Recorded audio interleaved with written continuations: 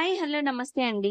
ఇప్పుడున్న ట్రెండ్‌లో beads collection అయితే హైలైట్ అండి. నిజంగా. ఎక్కడ చూసినా ఎవ్వరైనా మన స్టోర్‌కొచ్చిన కస్టమర్స్ అయినా బీడ్స్ మేకింగ్ డిజైన్సే ఇవి మాత్రమే అడుగుతున్నారు. సో, అందులో మనకి షుగర్ సీజెడ్ బీడ్స్‌కున్న క్రేజ్ అయితే ఒక వేరే లెవెల్ అండి.